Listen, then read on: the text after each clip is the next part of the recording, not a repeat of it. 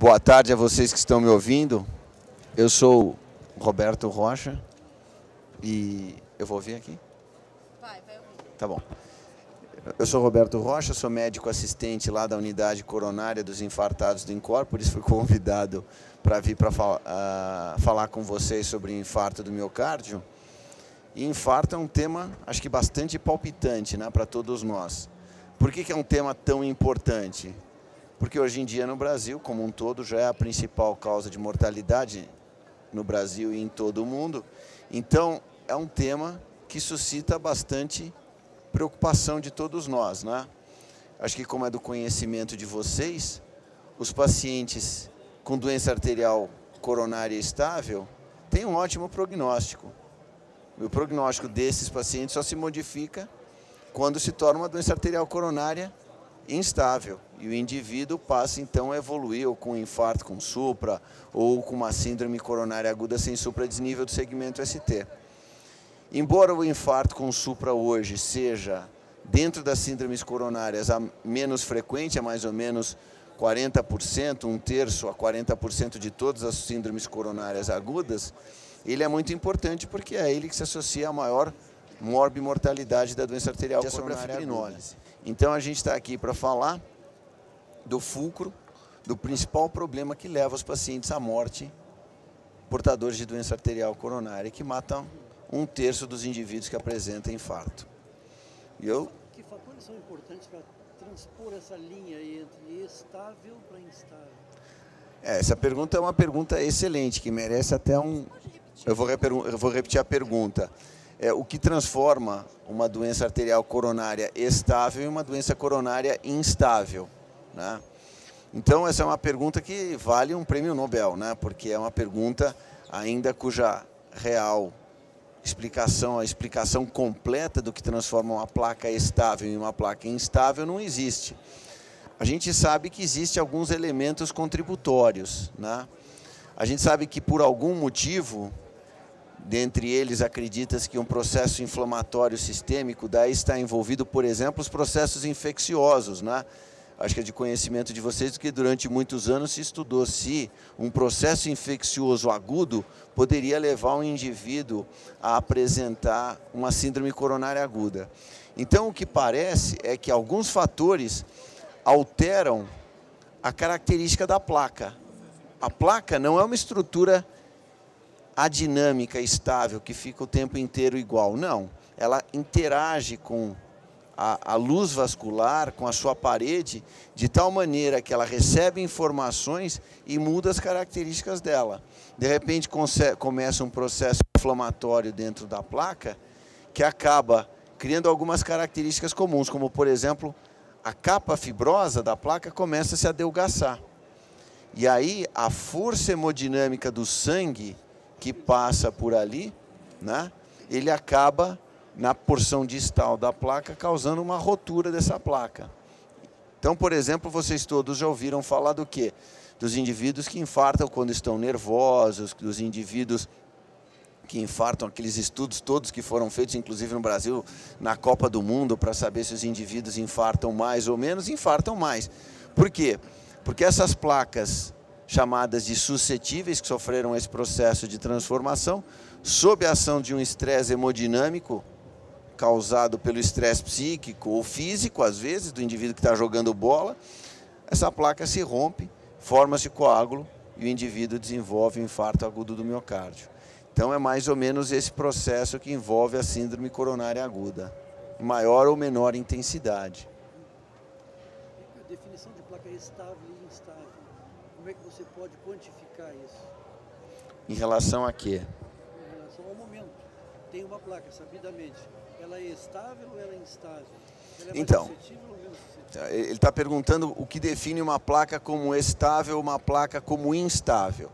Existem diversas definições de que é uma placa estável e instável, dependendo do critério que eu utilize. Se eu utilizo um critério anatomopatológico, uma placa estável ou instável diferem em algumas características da placa, como eu falei, a quantidade de gordura no interior da placa, o core lipídico, a espessura da parede, mas do ponto de vista anatomopatológico, o que mais interessa para a gente é do ponto de vista clínico, né? Porque do ponto de vista clínico, quando eu entrevisto um doente no pronto-socorro, eu quero saber o quê? Se a placa dele está instável ou não, não é verdade? E eu uso dados da história do paciente para tentar inferir o que está acontecendo do ponto de vista fisiopatológico, não é verdade? Se a placa está instável, qual é a tradução clínica dessa placa instável? E isso vai depender da sintomatologia que ele conta. Isso é muito importante, a história clínica é a coisa mais importante. Primeiro, para fazer o diagnóstico e até diagnosticar que tipo de síndrome coronária eu estou lidando. Vocês sabem que isso é muito interessante. Eu sempre digo para os residentes, é muito difícil, embora exista, é óbvio, exceções existem na medicina, como se diz, tudo é possível, mas o indivíduo que tem, por exemplo, o nosso tema infarto com supra, é um indivíduo que tem uma dor, mas uma dor mais intensa, uma dor acompanhada de irradiação, sudorese, náuseas. Então, se chega um paciente para você no pronto-socorro ou no seu consultório, diz assim, doutor, faz 40 minutos eu vim correndo no consultório do senhor, porque o senhor é o meu médico de confiança, eu estou assim com essa dor, estou pálido, estou suando. Esse indivíduo deve estar com a artéria fechada, antes de fazer o eletrocardiograma, né? O mais difícil é a distinção do quadro de angina instável, que às vezes é um quadro mais leve, não é um quadro tão intenso. E isso se traduz, do ponto de vista clínico, pela alteração das características da dor, né? Quer dizer, o indivíduo que antes era assintomático e aquela dor se inicia, uma dor de início recente, ou que tinha um padrão doloroso. Olha, doutor, antigamente eu subi uma escada, me doía o peito. Hoje, nossa, é impressionante. Eu dou 2 passos, me dói o peito, ou dói em repouso. Isso está traduzindo o quê? Uma placa que causava um grau de obstrução X e que agora, à medida em que eu tenho um processo de trombose associado à placa que caracteriza a placa instável, ele causa uma obstrução superior. Essa obstrução superior muda a relação entre consumo e oferta de oxigênio, ele passa a ter a dor de um padrão diferente. Então é isso que do ponto de vista clínico vai caracterizar a síndrome coronária aguda e a gente precisa estar atento a ela, porque a dor nos diz muito mais do que a gente imagina. Hoje com os métodos auxiliares, a gente quer ver logo o eletro, a gente quer ver logo os marcadores e a gente perde um dado que é extremamente importante, que é o da história clínica, que eu vou dizer uma coisa para vocês, a gente faz uma brincadeira no INCOR, eles ficam me contando a história, o residente quer sempre pegar o assistente, não é verdade? Então ele começa a contar a historinha, eu digo assim, isso é um infarto com supra. Você nem sabe como é que você sabe se eu não mostrei o eletro? Pela história que você está contando. Então a gente consegue, pela história, saber com que a gente está lidando. Ele não pode mais fazer pergunta. Alguém, vamos lá, quem mais tem perguntas? Perguntas. Infarto com supra. Ninguém quer saber? É o que mata os pacientes, é o que mata as pessoas. No atendimento agudo, o que você sabe, o que o senhor gostaria que nós soubéssemos, assim, como primordial na avaliação aguda, ou seja, o que o senhor passar para nós a tua experiência. Do atendimento agudo do paciente, qual é o que eu acho que é importante? Na emergência, frente ao paciente, estado, as atitudes para que nós possamos perder menos nossos pacientes. Ótimo, essa é uma pergunta excelente, parabéns à pergunta. Veja, a primeira coisa que a gente precisa saber quando a gente lida com um paciente agudo é a gravidade do paciente que a gente está lidando. Quantos pacientes com infarto com supra morrem?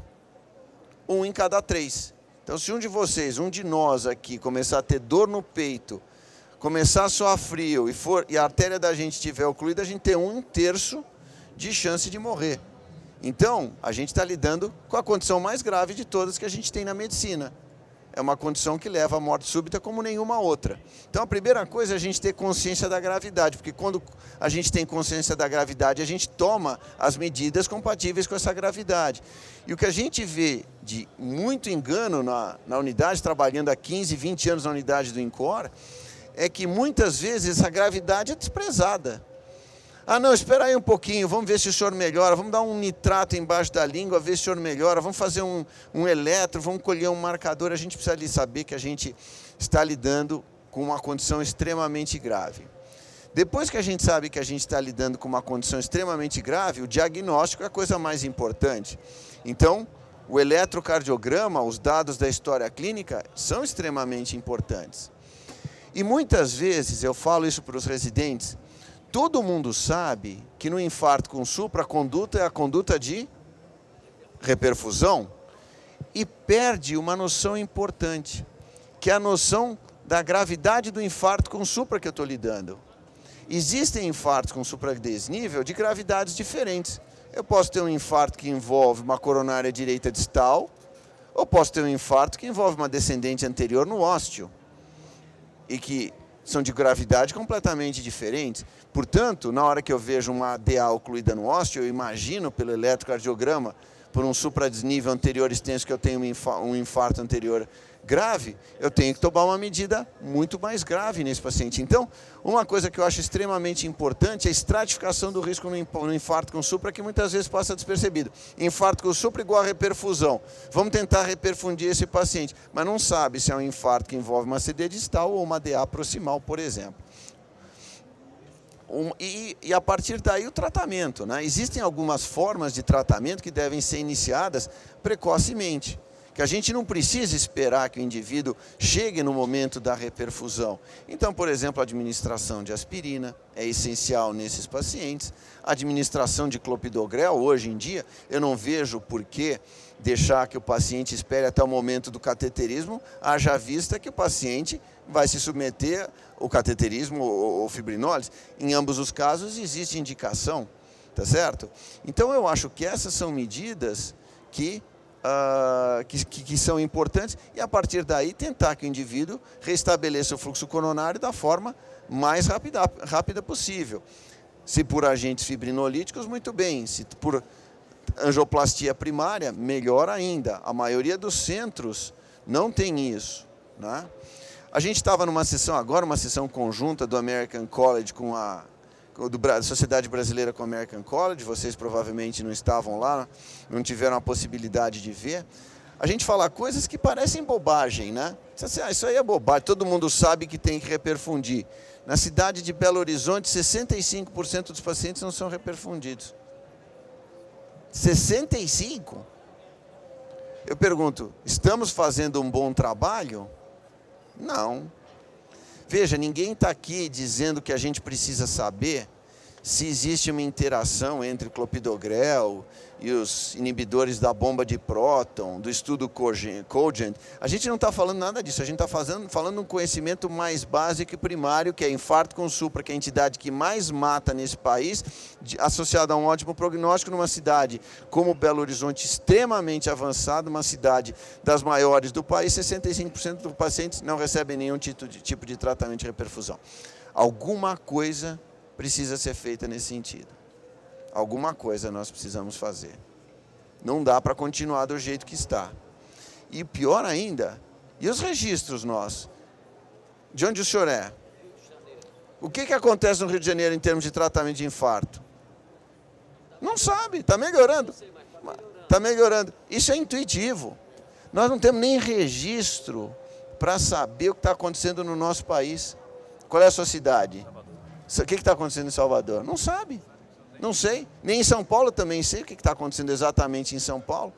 A medicina brasileira, ela carece de um desenvolvimento muito grande, carece de um conhecimento do que acontece conosco, carece de um desenvolvimento do conhecimento básico do atendimento, para que a gente possa oferecer a todos os pacientes um tratamento melhor. Vou dar um exemplo para você. Hospital das Clínicas, Faculdade de Medicina da Universidade de São Paulo, melhor classificado, uma tristeza. Eu fiquei triste quando eu vi o ranking das melhores universidades do mundo mostrar a Universidade de São Paulo, que é a melhor universidade do país, em 238º lugar.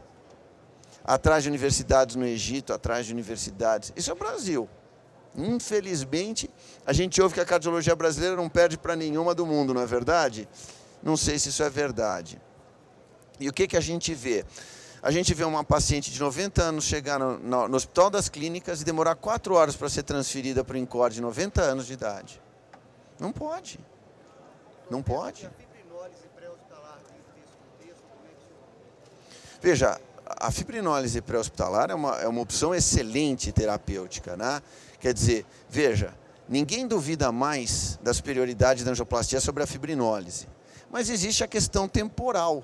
Se eu estou num lugar, ou se o acesso do paciente é demorado até a instituição onde eu possa fazer um tratamento por angioplastia, isso for superior a 90 minutos, eu tenho que fazer a fibrinólise naquele local. Fibrinólise extra-hospitalar, que diversos estudos mostraram um benefício em relação à própria angioplastia, quando feita de maneira precoce. Nas primeiras 3 horas de início dos sintomas, alguns estudos mostraram que tanto faz fazer angioplastia ou fazer fibrinólise, porque o indivíduo está propenso à reperfusão. A nossa estreptoquinase, dentro da primeira hora de tratamento, reperfunde quantos por cento dos doentes? 90%.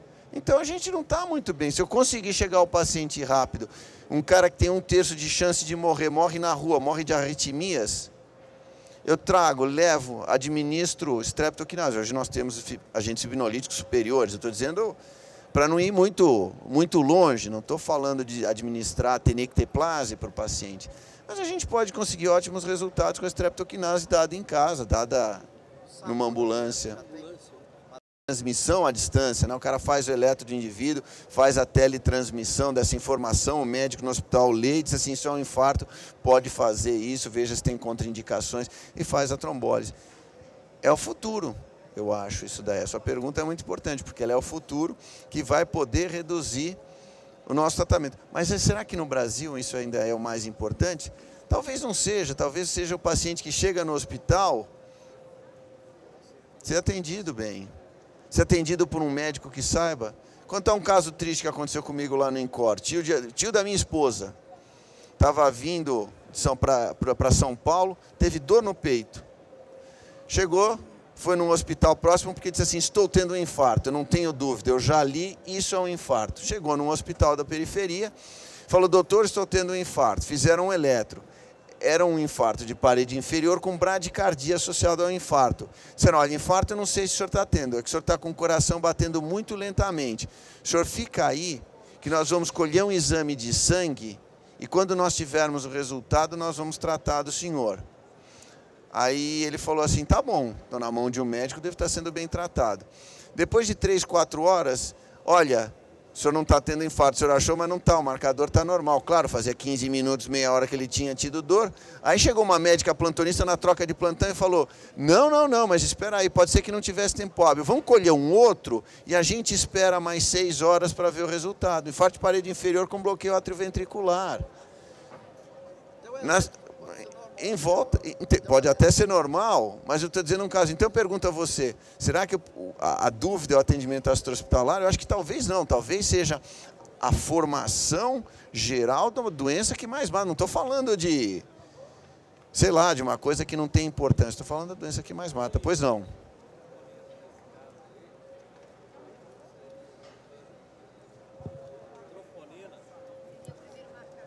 Colher a troponina? A troponina tem a mesma dificuldade da CKMB, né? A troponina demora de 4 a 6 horas para sofrer elevação. Ela não é um marcador, não existe marcador de elevação instantânea, a não ser que o paciente já tenha chegado no hospital com 4 a 6 horas de evolução. Então, não adianta eu colher marcador para um paciente que tem meia hora, 1 hora, a não ser que sirva como parâmetro para fazer a curva. Mas não adianta eu colher nesse momento. Nesse momento, quem faz o diagnóstico é a história clínica do paciente, dor retroesternal com alteração eletrocardiográfica.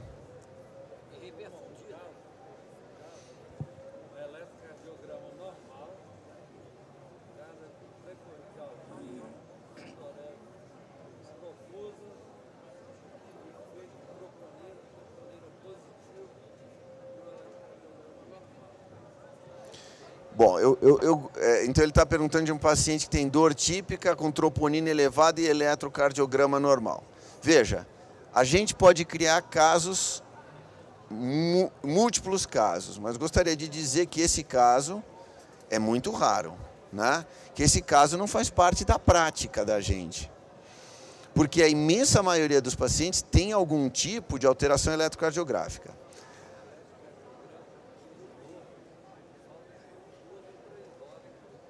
Veja, a artéria que normalmente produz uma alteração eletrocardiográfica menos significante pela localização é a artéria circunflexa. Entretanto, muitas vezes, na maioria das vezes, a artéria circunflexa, ela produz um infradesnível do segmento ST, tá certo? Então, é o que a gente chama de um infarto posterior verdadeiro, que na verdade não é um infra de parede anterior por uma isquemia relacionada a DA, mas sim um supra de parede dorsal que eu tenho que fazer as derivações posteriores e, portanto, oferecer um tratamento de reperfusão da mesma forma que os outros. Casos excepcionais nós temos. Nesses casos excepcionais, como esse que você está descrevendo, e eu já vi casos desse tipo, em que a alteração eletrocardiográfica talvez não seja nula, mas talvez seja pequena, às vezes o olho mais atento enxerga a alteração, aquele indivíduo que está mais atento, ele perceba a experiência nesse sentido, eu acho importante. O que acontece é o seguinte, na dúvida, esse paciente, se eu dispuser de um tratamento hemodinâmico, que esse paciente vá para a hemodinâmica. Indicação para se fazer fibrinólise, ele não tem. Então, eu não tenho direito a fazer fibrinólise num paciente desse. Ele não preenche os critérios fibrinolíticos. Se eu dispuser de hemodinâmica, muito bem. Se eu não dispuser, fazendo eletroseriados, o paciente não muda, continua com dor, eu devo fazer a transferência para algum centro que tenha algum tipo de alteração, algum tipo de centro de hemodinâmica. Porque, veja, isso pode estar envolvido com uma diagonal de pequena importância. Eu vou fazer fibrinólise num paciente que sai idoso por causa de uma diagonal? Não, o benefício é inferior ao risco que esse paciente sofre. Então, nesse caso, o ideal seria tentar transferir para algum centro. Se eu não tenho centro, aí eu choro. Mas alguma coisa eu tenho que tentar fazer para tentar descobrir, mas fibrinólise não faça.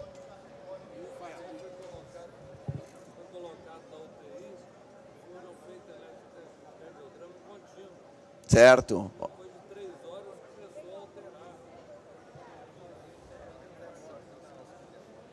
Infarto apical, parede anterior apical. Esse é um infarto, veja. O eletrocardiograma na fase aguda é o que eu disse para vocês. A gente tem que estratificar o risco dos pacientes. Isso é muito importante. O eletrocardiograma na fase inicial, que não tem alteração, é um eletrocardiograma que nos diz que o risco desse paciente é mais baixo. Porque o número de derivações alteradas no eletrocardiograma guarda uma correlação com o prognóstico do paciente. Então, quer dizer, o próprio fato de haver um eletrocardiograma de poucas alterações já me dá uma certa tranquilidade de que esse seja um paciente de risco mais baixo. Pela extensão? Pela extensão? Roberto? Eu.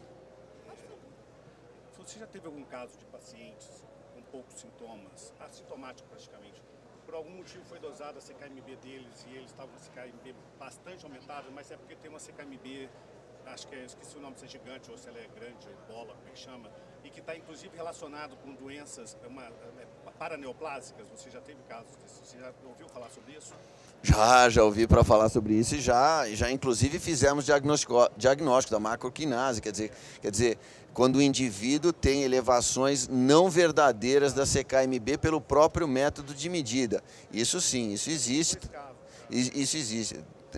Não sei se quantos casos, eu lembro de um caso até relativamente recente. Isso existe, é uma dos diagnósticos diferenciais de elevações não relacionadas à necrose e que podem acontecer, sim, isso existe. Mas mais importante do que isso, eu queria lembrar uma coisa para vocês, que eu falo no INCOR, falo para os residentes, falo para todo mundo e que ainda não aprenderam, que é o seguinte: a especificidade das elevações dos marcadores para a síndrome coronária aguda. Veja, é fundamental que o indivíduo, para o diagnóstico de uma síndrome coronária aguda com elevação de marcadores, tenha sintomas compatíveis com isso. Outras condições elevam, por exemplo, a troponina. A troponina, ela é cardioespecífica. Qual é uma outra causa de elevação de troponina que não seja cardiológica? Não existe. É sempre do coração. Pode ser uma insuficiência renal que o indivíduo não elimina a troponina dele. Mas não existe. Se a troponina está elevada, ela sempre vem do coração. O que não quer dizer que a síndrome coronária aguda seja causadora dessa elevação. Elas têm um grau de inespecificidade para o diagnóstico de síndrome coronária aguda, não para o diagnóstico de origem cardíaca. Então, por exemplo, um indivíduo que tem uma crise hipertensiva, que chega no hospital, ele tem 24/12 de pressão, chegou se sentindo mal. Você vai lá e mede a troponina, essa troponina está elevada, ela é do coração. É o que se chama de uma sobrecarga, um estresse hemodinâmico que se instala sobre o coração e que determina a elevação da troponina, mas não que não venha do coração. Então, as pessoas precisam estar atentas porque, eu brinco, no INCOR troponina elevada é igual a cateterismo, porque é do coração. E às vezes o doente tem uma ICC descompensada, às vezes o doente tem qualquer outra condição que não é coronariana. Ele não tem insuficiência coronária aguda, ele tem outra etiologia. Então, o grau de inespecificidade desses marcadores cardíacos, eu não estou falando de outra origem, que a CKMB não tem o grau de especificidade da troponina e pode vir de uma necrose muscular periférica, de uma doença da próstata, de qualquer outra coisa, mas eu estou falando da troponina, que é 100% cardíaca, tá?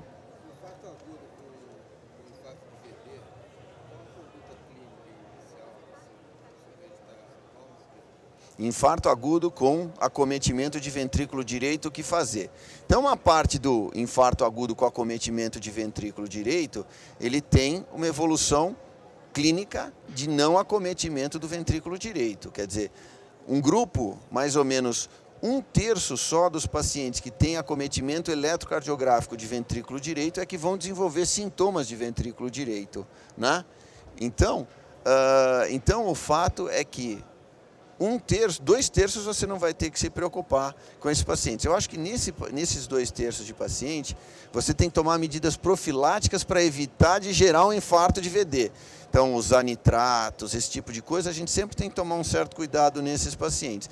Mas uma vez manifesto clinicamente o ventrículo direito, esse paciente passa a ser um paciente de alta gravidade. Esse é um paciente grave, que aumenta a mortalidade, um paciente associado a uma série de complicações. Nesse paciente, a reperfusão é essencial. Então, você tem que manter a pressão arterial, que muitas vezes se reduz, seja com volume, seja com uso de drogas vasoativas. E aí sim, se você tiver a disponibilidade de uma hemodinâmica. Se você não tiver, fibrinólise nesse paciente, a reperfusão é essencial. E se você não reperfundir com a fibrinólise, reperfunda esse paciente de alguma outra forma. Porque se ele evoluir com infarto de VD, que normalmente se instala agudamente o choque cardiogênico, esse paciente pode morrer. Muito obrigada. Nada.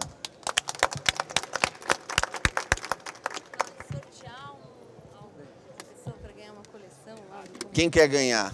Quem quer ganhar? Eu pensei que vocês estavam aqui por minha causa, por causa do sorteio. Que tristeza. Nós estamos aqui por você. Aê, muito obrigado. Pelo aprendizado. Muito bem. Que número que é? 25. Número 25. Floyd? Freud? Não sei se Mar Gentil. Aê. Muito obrigada. Nada, obrigado a vocês.